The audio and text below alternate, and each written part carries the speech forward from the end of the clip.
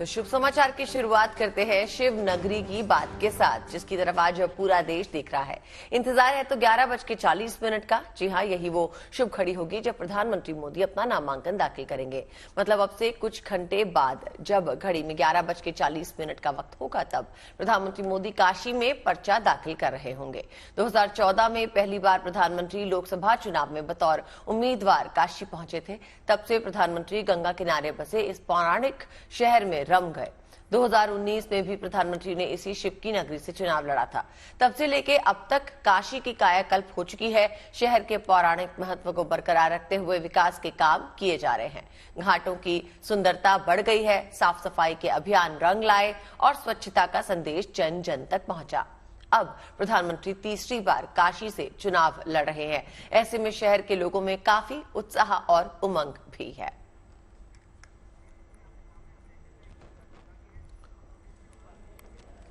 ये तीन तस्वीरें आपके सामने।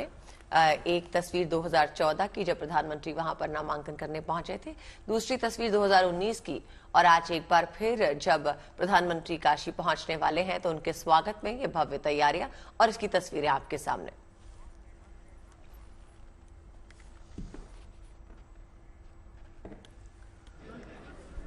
देखिए, सुबह 11:40 पर प्रधानमंत्री मोदी अपना नामांकन दाखिल करने जा रहे हैं। ये तीसरी बार होने जा रहा है जब प्रत्याशी के तौर पर प्रधानमंत्री अपना नामांकन दाखिल करने जा रहे हों। इससे पहले वो कई कार्यक्रमों में हिस्सा लेंगे। 10 साल पहले जब प्रधानमंत्री पहली बार बतौर प्रत्याशी काशी पहुंचे थे, तब उन्होंने कहा था कि ना वो यहां पर आए हैं, ना किसी ने उन्हें भेजा है, उन्हें तो मां गंगा ने बुलाया है। प्रधानमंत्री नरेंद्र मोदी आज वाराणसी में नामांकन करने जा रहे हैं और ये तीसरी बार है जब प्रधानमंत्री बनारस की सीट से एक प्रत्याशी के तौर पर उतरेंगे। लेकिन उससे पहले बनारस में मां गंगा का पूजन और स्नान भी बहुत महत्वपूर्ण है, जिसके लिए दशाश्वमेध घाट पर पूरी तैयारी कर ली गई है। आज एक तरफ श्रद्धालुओं का दर्शन भी हो रहा है, स्नान हो रहा है, तो वहीं उसके साथ ही साथ प्रधानमंत्री के आगमन की भी पूरी तैयारी यहाँ पर कर ली गई है।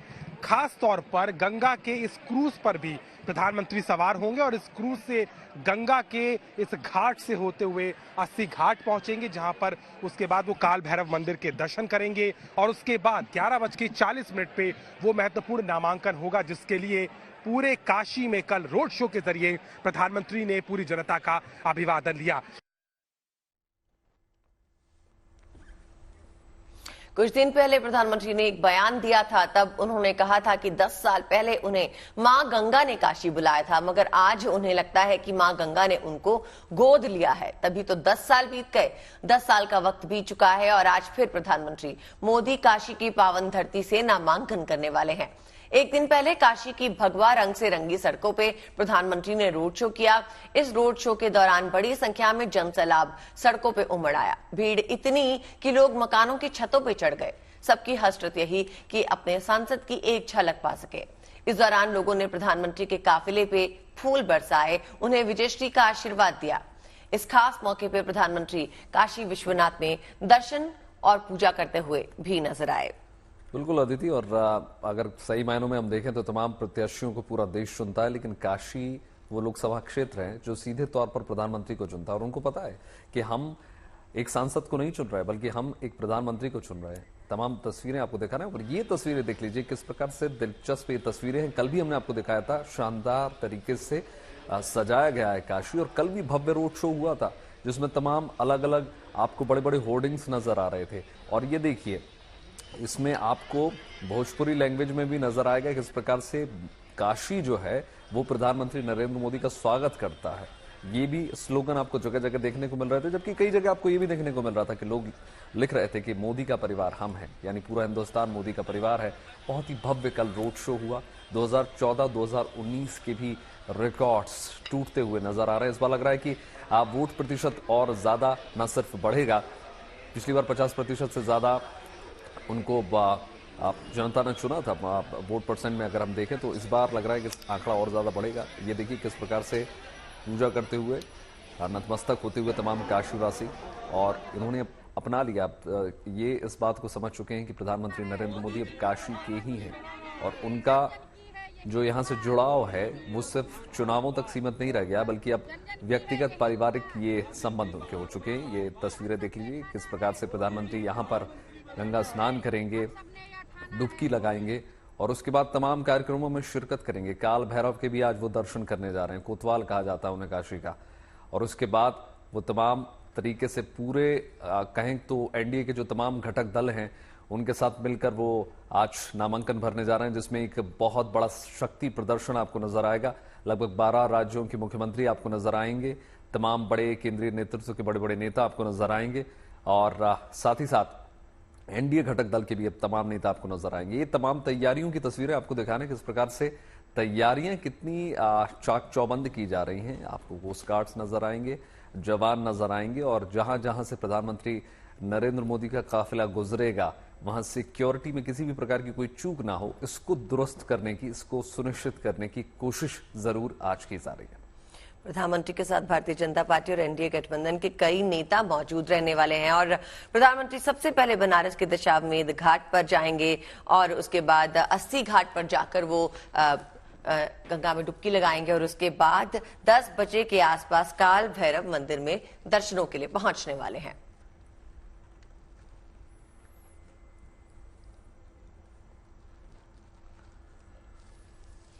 तो तस्वीरें आपको तमाम दिखाते रहेंगे जैसे ही प्रधानमंत्री का रोड शो शुरू होगा। लोकतंत्र का पर्व चल रहा है। एक दिन पहले केंद्र शासित प्रदेश जम्मू कश्मीर में भी वोट डाले गए। श्रीनगर लोकसभा सीट के लिए कश्मीर के 5 जिलों में मतदान हुआ।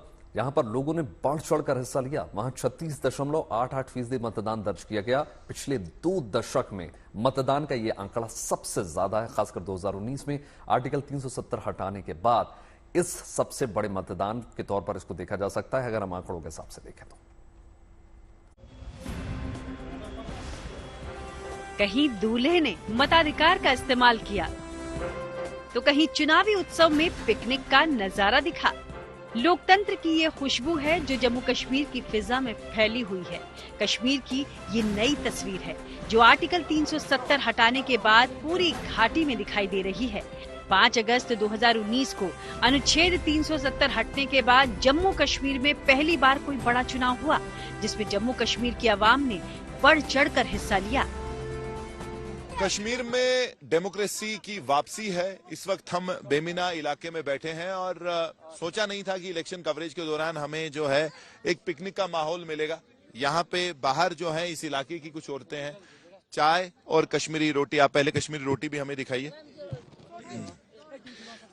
नून चाय, जिसको सॉल्ट टी या जो है नमक वाली चाय कहते हैं, कश्मीर की ट्रेडिशनल चाय है और यहाँ ये औरतें बैठी हैं और जो भी यहाँ आ रहा है उसको चाय पिला रही हैं। अब पॉलिटिकल एफिलिएशन की हम बात यहाँ नहीं कर रहे, कौन किस पार्टी का है उसकी भी बात नहीं कर रहे, लेकिन जो माहौल बना है यहाँ पे वो अच्छा माहौल बना है। और इस बार अगर आप कश्मीर की बात करें तो बहुत कुछ बदला है। बदला यह है कि जो एक डर का माहौल होता था, बायकॉट कॉल्स होती थी, टेरर थ्रेट होते थे, वो इस बार हमें नहीं देखने को मिले हैं।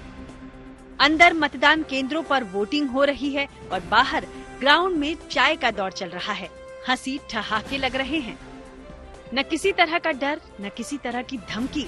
चुनाव को लोग पूरी तरह उत्सव के रूप में मना रहे हैं। घाटी में लोकतंत्र की वापसी के रूप में देख रहे हैं।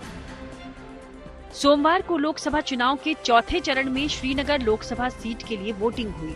कश्मीर के 5 जिलों में मतदान हुआ। श्रीनगर, पुलवामा, बडगाम, गांदरबल और शोपियां। ये लोकसभा चुनाव इस बात का भी गवाह बना कि 3 दशक में कश्मीर घाटी में पहली बार कोई चुनाव अलगाववादी विरोध और हिंसा के बगैर हो रहा है।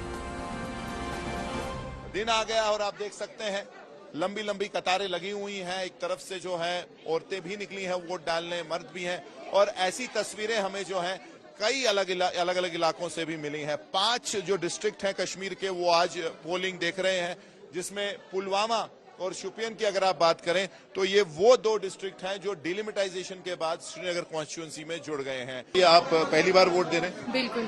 तो क्या उम्मीद है इस वोट से, क्यों वोट देने आए हैं? बिल्कुल, जो कश्मीर में हालात खराब हुए सबसे तो पहले हम ये चाहेंगे कि यहाँ के हालात सुधरे।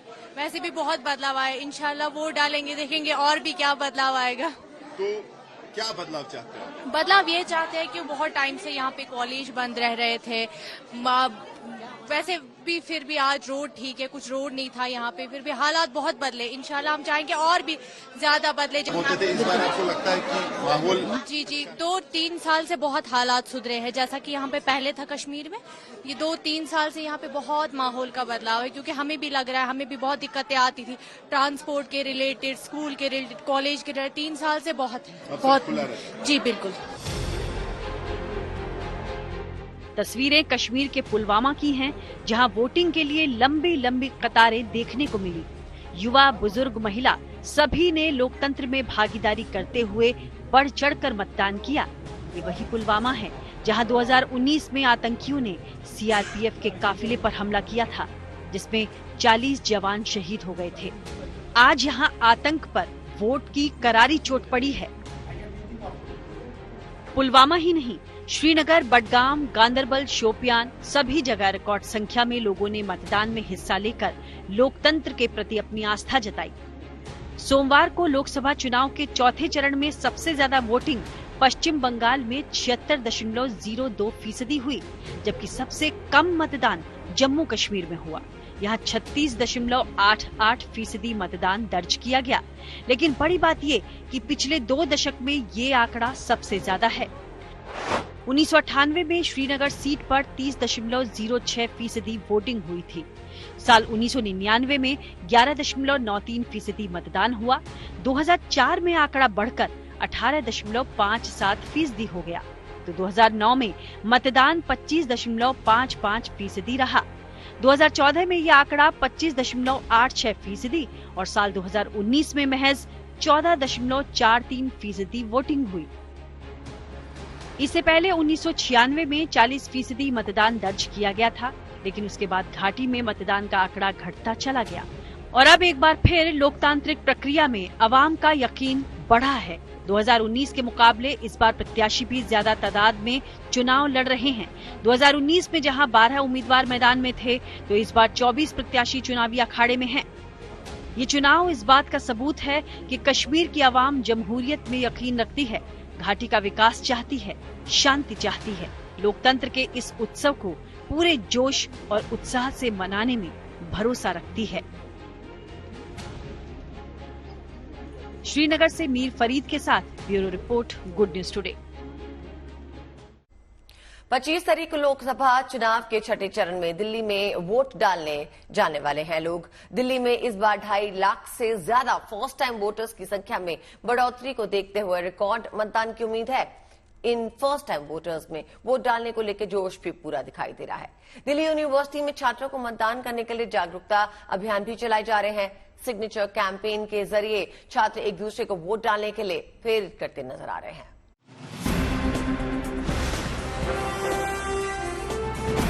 ये महज सिग्नेचर नहीं, एक संकल्प है। संकल्प मतदान करने का, संकल्प लोकतंत्र के उत्सव में दूसरों को जागरूक करने का, उन्हें भागीदार बनाने का। Voting rights, vote for nation जैसे हैशटैग के साथ दिल्ली यूनिवर्सिटी में वोटर्स को जागरूक करने के लिए कैंपेन चलाई जा रही हैं। कैंपेन का मकसद युवाओं, खासकर फर्स्ट टाइम वोटर्स को अपने मताधिकार का इस्तेमाल करने के लिए प्रेरित करना है। इस वक्त लोकतंत्र का सबसे बड़ा उत्सव मना रहा है भारत।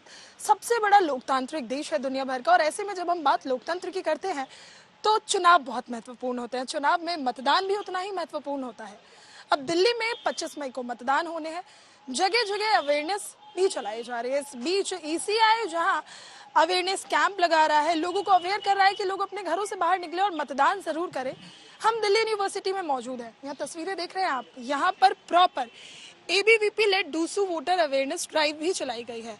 हर कॉलेज में इस तरह के वॉल ऑफ डेमोक्रेसी के पोस्टर लगाए गए हैं, जहां बच्चे जाकर साइन कर रहे हैं और भागीदार बन रहे हैं वोटिंग के। अगर हम ईसीआई के आंकड़ों की बात करें तो इस बार दिल्ली में 2.52 लाख यंग वोटर्स यानी फर्स्ट टाइम वोटर्स ने रजिस्ट्रेशन भी किया है, जो कि बीते 6 साल में सबसे ज्यादा है। यानी हो ना हो, युवाओं के बीच मतदान का जो उत्साह है वो काफी ज्यादा बढ़ गया है। दिल्ली में इस बार फर्स्ट टाइम वोटर्स के रजिस्ट्रेशन ने बीते 5 सालों का रिकॉर्ड ब्रेक कर दिया है। रिकॉर्ड 2.5 लाख युवाओं ने मतदान के लिए रजिस्ट्रेशन करवाया है। फर्स्ट टाइम वोटर यानी 18 से 19 साल के वो मतदाता जो पहली बार वोट करेंगे, लोकतंत्र के उत्सव में पहली बार शरीक होंगे। मैं भी इस बार के लिए बहुत एक्साइटेड हूँ। मैं भी फर्स्ट टाइम वोटर हूँ और मैं भी लोकसभा इलेक्शन में फर्स्ट टाइम वोट करूँगी and I am so excited. और एक ये एक्साइटमेंट इसलिए भी होती है क्योंकि इट्स अ फेस्टिवल, मतलब election is like a festival और हमारी इंडिया में इसको एक एज अ फेस्टिवल मनाया जा रहा है। जो हमारे इलेक्शंस 7 फेजेज में होने हैं, तो अभी 25 मई को दिल्ली में इलेक्शंस है and I am very happy और मैं चाहती हूँ कि मैं वोट दूँ और मैं सबको चाहती हूँ कि सब लोग अपना वोट करें। मैं भी फर्स्ट टाइम वोटर हूँ और मुझे भी बहुत एक्साइटमेंट थी कि मैं भी वोट देने जा रहा हूँ फर्स्ट टाइम। एक तरह से मेरे अंदर से था कि मेरे को वोट देने जाना है। पहले इतना नहीं था फर्स्ट टाइम वोटर का इतना कुछ, लेकिन इस बार आपने जैसे डेटा भी बताया भी कि फर्स्ट टाइम वोटर बहुत ज़्यादा हो चुके हैं। तो फर्स्ट टाइम वोटर का मेन रोल यही होता है कि अगर वो घर में बैठ गए तो आगे आगे वोट देना कुछ होगा नहीं। और उसके बाद में मेन तो होता है कि डूसू इलेक्शंस जैसे होते हैं, उसके अंदर क्या होता है कि जो हम लोग वोटर से हमारा पहला वोटिंग यही होता है मेनली। तो हम आके डूसू इलेक्शंस को देखते हैं और उसके ही सीखे हमें यहाँ से पता चलता है कैंपेनिंग क्या चीज़ होती है, कौन से कैंडिडेट के क्या मैनिफेस्टो होते हैं। मैनिफेस्टो के बारे में हमें डूसू इलेक्शन से पता चलता है। विद्यालय जीवन से बाहर आते हैं कॉलेज जीवन में, तो पहली बार जैसे मतदान देते हैं तो हमें हमारी एक स्टूडेंट यूनियन चुनते हैं। उनके हम देखते हैं कि कैसे स्टूडेंट यूनियन के नेता हमारे लिए कार्य करता है, हमारे काम करता है। तो हमें लोकसभा चुनाव के ऊपर भी लगा कि हम जैसे हमारी सरकार बनाएंगे वो 5 साल हमारे लिए काम करेगी, हम सबके हित के लिए काम करेगी। दिल्ली में 25 मई को लोकसभा चुनाव है। जिस तरह से युवा, खासकर फर्स्ट टाइम वोटर में मतदान को लेकर उत्साह देखने को मिल रहा है, उससे उम्मीद है कि इस बार युवा रिकॉर्ड मतदान कर महापर्व का हिस्सा बनेंगे। फर्स्ट टाइम वोटर की संख्या 95,926 बढ़ी है। लोकसभा चुनाव से पहले दिल्ली में पहली बार के मतदाताओं की कुल संख्या 2.5 लाख के पार जा पहुंची है। नए मतदाताओं की लोकतंत्र में भागीदारी हो, इसके लिए चुनाव आयोग ने कई अहम फैसले लागू किए हैं, जिसका असर दिख भी रहा है। दिल्ली यूनिवर्सिटी छात्र संघ यानी डूसू भी अपनी तरफ से जागरूकता अभियान चलाकर छात्रों को मतदान करने के लिए प्रेरित कर रहा है। मुझे ऐसा लगता है कि आने वाले समय में 25 तारीख को दिल्ली की वोटिंग परसेंटेज बहुत हाई जाएगी बिकॉज ऑफ, और मैं धन्यवाद करना चाहता हूँ इलेक्शन कमीशन का भी, क्योंकि इलेक्शन कमीशन ने खुद इस बार आगे आकर दिल्ली के अंदर और अलग जो भी यूनिवर्सिटीज हैं, कॉलेजेस हैं, वहाँ कोई ना कोई ऐसे कार्यक्रम कराए हैं जिससे मतदाता जागरूक हो। और अभी आपने बताया कि फर्स्ट टाइम वोटर हमारी दिल्ली में सबसे ज्यादा, तो मुझे ऐसा लगता है जो हमारे माध्यम से भी कैंपेन चल रहा है, आने वाले समय के अंदर 25 तारीख को दिल्ली सबसे ऊपर रहेगा मतदान। लोकतंत्र की मजबूती के लिए मतदान आवश्यक है और नए मतदाताओं की लोकतंत्र में भागीदारी हो, इसके लिए ऐसे अवेयरनेस कैंपेन भी कहीं न कहीं बड़ी भूमिका निभाते हैं।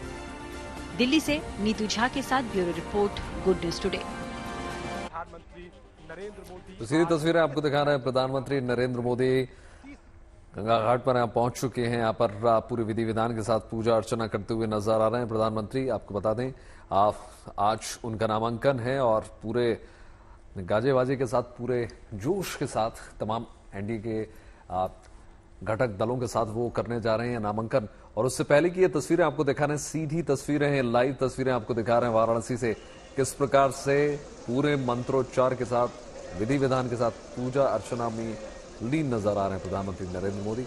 उनके साथ पंडित जी भी नजर आ रहे हैं और वो पूरे विधि विधान के साथ पूजा अर्चना कर रहे हैं। सीधी तस्वीरें आपको दिखा रहे हैं। आज उनका एक लंबा चौड़ा कार्यक्रम रहने जा रहा है वाराणसी में, जहां नामांकन से पहले वो पहले गंगा स्नान करेंगे और उसके बाद तमाम कार्यक्रमों में शिरकत करेंगे, काल भैरव के दर्शन करेंगे और उसके बाद क्रूज पर सवार होकर वो इंटरव्यूज देते हुए नजर आएंगे और उसके बाद तमाम कार्यकर्ताओं से मुलाकात उनकी है।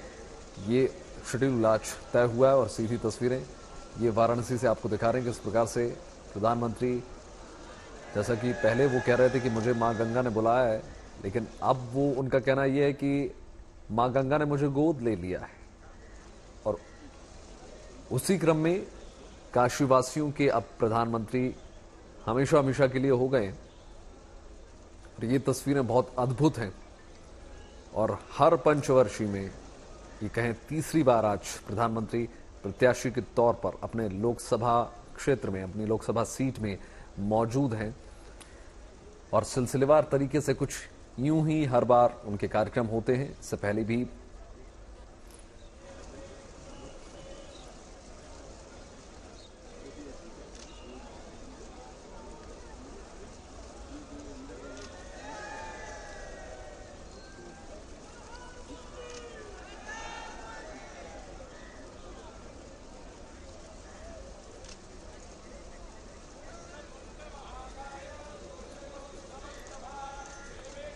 देखिए, मोदी पुष्य नक्षत्र में नामांकन दाखिल करेंगे। ये आपको बता रहे हैं कि नक्षत्र जो है सुबह 11:30 बजे से लेकर 12 बजे के बीच रहने जा रहा है, यानी बहुत विशेष संयोग इसमें बनेंगे। अयोध्या में प्राण प्रतिष्ठा का मुहूर्त निकालने वाले जो गणेश्वर शास्त्री द्रविड़ ने इस मनोकामना सिद्धि योग इसको बताया है और उसी के अनुसार ये कार्यक्रम किया जा रहा है। गणेश्वर शास्त्री का ये कहना है कि विवाह को छोड़कर अन्य सभी शुभ कार्य के लिए ये योग काफी ज्यादा शुभ माना जाता है। प्रधानमंत्री नरेंद्र मोदी के 4 प्रस्तावों के नाम फाइल हो चुके हैं और इसमें राम मंदिर की प्राण प्रतिष्ठा का मुहूर्त निकालने वाले गणेश्वर शास्त्री का नाम है। इसके अलावा बैजनाथ पटेल, लालचंद कुशवाहा और संजय सोनकर भी हैं और दशाश्वमेध घाट पर तमाम पूजा पाठ की तैयारियां, तस्वीरें।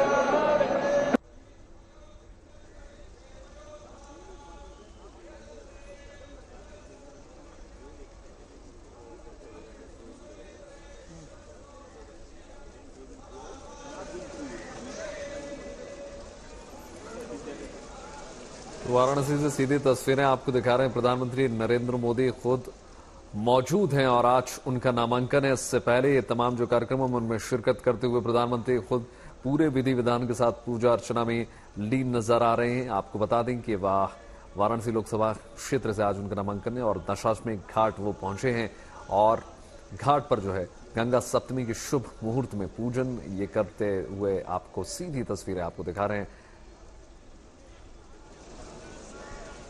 आप अक्सर देखेंगे कि प्रधानमंत्री मोदी जो है किसी शुभ मुहूर्त में ही जाके पूजा पाठ करते हैं और नामांकन के लिए भी जो उन्होंने समय तय किया है वो भी इस मुहूर्त को ध्यान में रखते हुए ही किया है। फिलहाल मोदी पुष्य नक्षत्र में नामांकन दाखिल करेंगे, इसकी बात कही जा रही है। और इस नक्षत्र के बारे में आपको बताएं तो ये नक्षत्र सुबह 11:30 से 12 बजे के बीच रहने वाला है।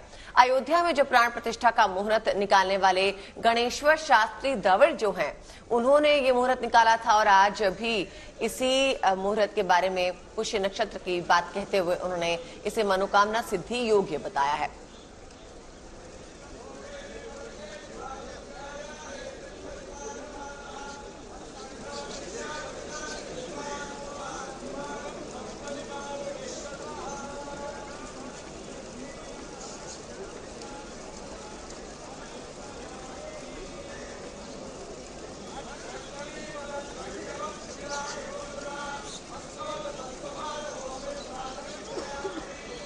तो आखिरी चरण में देखिए लोकसभा क्षेत्र वाराणसी का, वहां पर मतदान होगा। प्रधानमंत्री नरेंद्र मोदी की परंपरागत सीट अब इसे हम बोल सकते हैं क्योंकि तीसरी बार प्रत्याशी के तौर पर प्रधानमंत्री नरेंद्र मोदी आज नामांकन करने जा रहे हैं। जिससे पहले की आपको ये शानदार तस्वीरें दिखा रहे हैं किस प्रकार से पूरे विधि विधान के साथ प्रधानमंत्री नरेंद्र मोदी पूजा पाठ में लीन नजर आ रहे हैं। उनके साथ कमेटी नजर आ रहे हैं, तमाम सिक्योरिटी पर्सन आपको नजर आएंगे और उसके बाद उनके तमाम अलग अलग कार्यक्रमों में शिरकत करेंगे। वाराणसी में 1 जून को डाले जा रहे हैं आप वोट डाले जाने और इसी चरण को लेकर तमाम जो काशीवासी हैं वो उत्साहित हैं क्योंकि उनको पता है तो देखिए प्रधानमंत्री नरेंद्र मोदी का न सिर्फ लोकसभा सांसद है बल्कि खुद प्रधानमंत्री और यहाँ से चुने जाना उनके लिए बहुत गर्व की बात होती है, इसलिए सर माथे उनको रखा जाता है। और हमेशा कल भी जैसे कि हमने आपको रोड शो की तस्वीरें दिखाई थी किस प्रकार से आरती करते हुए उनके तमाम जो दर्शक है वो नजर आ रहे थे, तमाम प्रशंसक उनके नजर आ रहे थे। लेकिन आप ये जो सिलसिलेवार तरीके से उनका क्या कुछ कार्यक्रम रहने वाला ये भी आपको बता रहे हैं। सबसे पहले 80 घाट दशाश्वमेध घाट पर उनका जाना, फिर पूजा अर्चना के बाद क्रूज से जो है आज नमो घाट वो जाने जा रहे हैं। और आपको बता दें कि नमो घाट से छोटा सा एक मिनी रोड शो भी करते हुए कोतवाल जाएंगे, काशी कोतवाल, और 10:15 पर यानी 10:15 बजे काल भैरव के मंदिर में दर्शन करेंगे। काल भैरव को जैसा कि बताया आपको सेवियर कह सकते हैं हम। और फिर इनका जो मिनी रोड शो है वो मंदाकिनी चौराहा होते हुए लहुराबीर चौक और नदेसर चौक होते हुए कलेक्ट्रेट वो सीधे पहुंच जाएंगे और सुबह 11:40 पर यानी लगभग 11:15 के आसपास नामांकन फाइल आज होना है और दोपहर 12:25 पे रुद्राक्ष कन्वेंशन सेंटर में तमाम पार्टी कार्यकर्ताओं के साथ मुलाकात करेंगे और फिर दो तस्वीरें देख लीजिए। आपको दो तस्वीरें दिखा रहे हैं, ये कल की तस्वीरें हैं। भव्य कल रोड शो हुआ, काशी जो लग रहा था पूरा मोदीमय हो गया है और ये उससे पहले किस प्रकार से दर्शन पूजन किए गए। मुख्यमंत्री योगी आदित्यनाथ भी आपको उनके साथ बिल्कुल नजर आएंगे और आपको नजर आएंगे तमाम कार्यकर्ता जो बढ़ चढ़कर न सिर्फ पुष्प वर्षा कर रहे थे बल्कि इस बड़े से काफिले में मौजूद थे और लोग छतों से चढ़कर वहां पर उनका स्वागत करते हुए नजर आ रहे थे। फिलहाल ये तस्वीरें आपको दशाश्वमेध घाट से दिखा रहे हैं। आरती करते हुए प्रधानमंत्री नरेंद्र मोदी आपको नजर आ रहे हैं पूरे विधि विधान के साथ। आज दिन खास है, दिन विशेष है और इस विशेष दिन को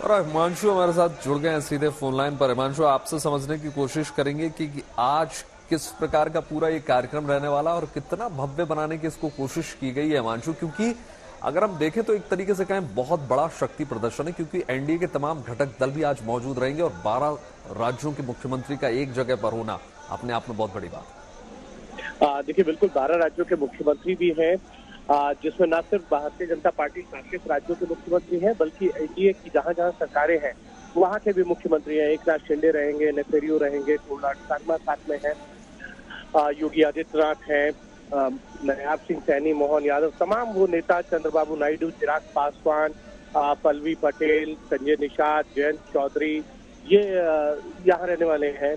इस कार्यक्रम में प्रधानमंत्री नरेंद्र मोदी का जब नॉमिनेशन होगा आज वहां जाएंगे और अब से कुछ देर में जो है प्रधानमंत्री नरेंद्र मोदी जो है अभी दशमेव घाट पर जो है वो पूजा अर्चना कर रहे हैं, आरती में भाग ले रहे हैं और साथ ही साथ जो है उसके बाद प्रधानमंत्री नरेंद्र मोदी जो है काल भैरव जाएंगे। काल भैरव को कहा जाता है काशी का कोतवाल। जी हाँ, काशी विश्वनाथ के दर्शन तभी पूर्ण माने जाते हैं जब आप काल भैरव के दर्शन कर लेते हैं और काल भैरव के दर्शन करने के पश्चात जो है प्रधानमंत्री नरेंद्र मोदी यानी कि कोतवाल से आज्ञा लेने के बाद जो है प्रधानमंत्री नरेंद्र मोदी जो है अपना नामांकन करने के लिए पहुंचेंगे और उनके नामांकन में ये 12 राज्यों के मुख्यमंत्री, उप मुख्यमंत्रियों के साथ एनडीए के तमाम नेता जो है वहां पर मौजूद रहेंगे और उसके बाद प्रधानमंत्री नरेंद्र मोदी जो है नामांकन भरेंगे और नामांकन में उनके जो 4 प्रस्तावक हैं उनमें गणेश शास्त्री हैं जिन्होंने राम मंदिर के प्राण प्रतिष्ठा का कार्यक्रम कराया था। साथ ही जो है बैजनाथ पटेल हैं, संघ के पुराने कार्यकर्ता हैं, ओबीसी समाज से आते हैं। लालचंद कुशवाहा है, ओबीसी है। संजय निषाद जो है वो निषाद कम्युनिटी से आते हैं। तो कहीं ना कहीं प्रधानमंत्री नरेंद्र मोदी ये जरूर देखते हैं इसको कैसे देखा जाए कि पहले सिर्फ बात चुनाव तक देखी जाती थी कि देखिए राजनीति है, लोकसभा क्षेत्र है, गुजरात से निकले प्रधानमंत्री, लेकिन पूरा उत्तर प्रदेश में एक प्रभाव उसका देखने को मिलता है। लेकिन अब जो एक अलग रंग देखने को मिलता है हिमांशु, जब प्रधानमंत्री बोलते हैं कि देखिए मेरा पारिवारिक जुड़ाव है, सांस्कृतिक जुड़ाव है, एक अलग रंग देने की कोशिश इसको की जाती है और उसी रंग में पूरा काशी नजर आता है हिमांशु। देखिए, बिल्कुल 2014 में जब प्रधानमंत्री नरेंद्र मोदी ने ये तय किया कि वो वाराणसी से चुनाव लड़ेंगे, तब वो जब यहाँ पहली बार वाराणसी आए, उनका नाम की घोषणा होने के बाद तब प्रधानमंत्री नरेंद्र मोदी ने कहा था कि मैं नहीं आया हूँ, माँ गंगा ने मुझे बुलाया है। और उसके बाद अगर आप देखेंगे 2014 से लेकर 24 तक काशी का बहुत सा स्वरूप जिस शब्द का मैं प्रयोग कर रहा हूँ उसका अर्थ ये है कि काशी में जिस तरीके की संकरी गलियां थी उनका चौड़ीकरण किया गया है, यहाँ डेवलपमेंट किए गए हैं, घाटों का सौंदर्यीकरण किया गया है और तमाम तरीके के जो विकास के कार्य है यहाँ किए गए हैं। जो बिजली की तारें यहाँ लटकी रहा करती थी उनको जमीन के अंदर से किया गया है। तमाम इस तरीके के फ्लाईओवर्स का निर्माण किया गया है। एयरपोर्ट तक के लिए कई फ्लाईओवर्स का जो है वो निर्माण किया गया है। वाराणसी का जो है वो रिंग रोड बनाया गया। तो तमाम इस तरीके के डेवलपमेंट हैं जो आपको देखने को मिलेंगे। इससे पहले जो है वाराणसी में ये कहा जाता था कि वाराणसी में आना है तो आपको बहुत ज्यादा संकीर्ण गलियों में से गुजरना पड़ेगा, लेकिन ट्रैफिक की समस्या होती थी। इन सभी समस्याओं का समाधान जो है वो प्रधानमंत्री नरेंद्र मोदी के संसदीय कार्यकाल में हुआ है और इस बात को प्रधानमंत्री नरेंद्र मोदी भली भांति जानते हैं कि अगर काशी में आप विकास करिए और धरोहर है और ये कहा जाता है कि काशी जो है वो भगवान शिव के त्रिशूल पे बसी हुई है। और बिल्कुल हिमांशु, तो प्रधानमंत्री का आज दिन भर का कार्यक्रम और इसकी जानकारी आपने हमें दी, बहुत बहुत शुक्रिया आपका हमारे साथ जुड़ने के लिए। फिलहाल दर्शकों को बता दें कि इस पर लगातार हम अपने दर्शकों को अपडेट देते रहेंगे और फिलहाल आपको छोड़े जा रहे हैं इन्हीं विजुअल्स के साथ।